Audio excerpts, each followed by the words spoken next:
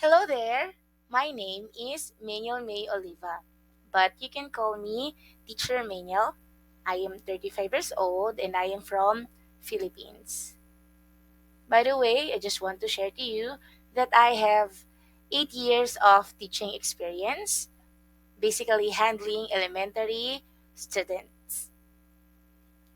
I just have my Doctors of Philosophy last August 2023, which I have the major in Leadership and Management of Education and graduated from Pacific Intercontinental College from Las Piñas.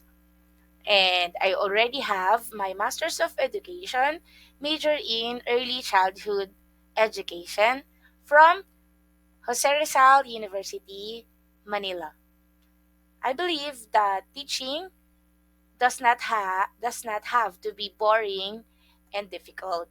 I believe that we have to let the students enjoy and have fun while learning.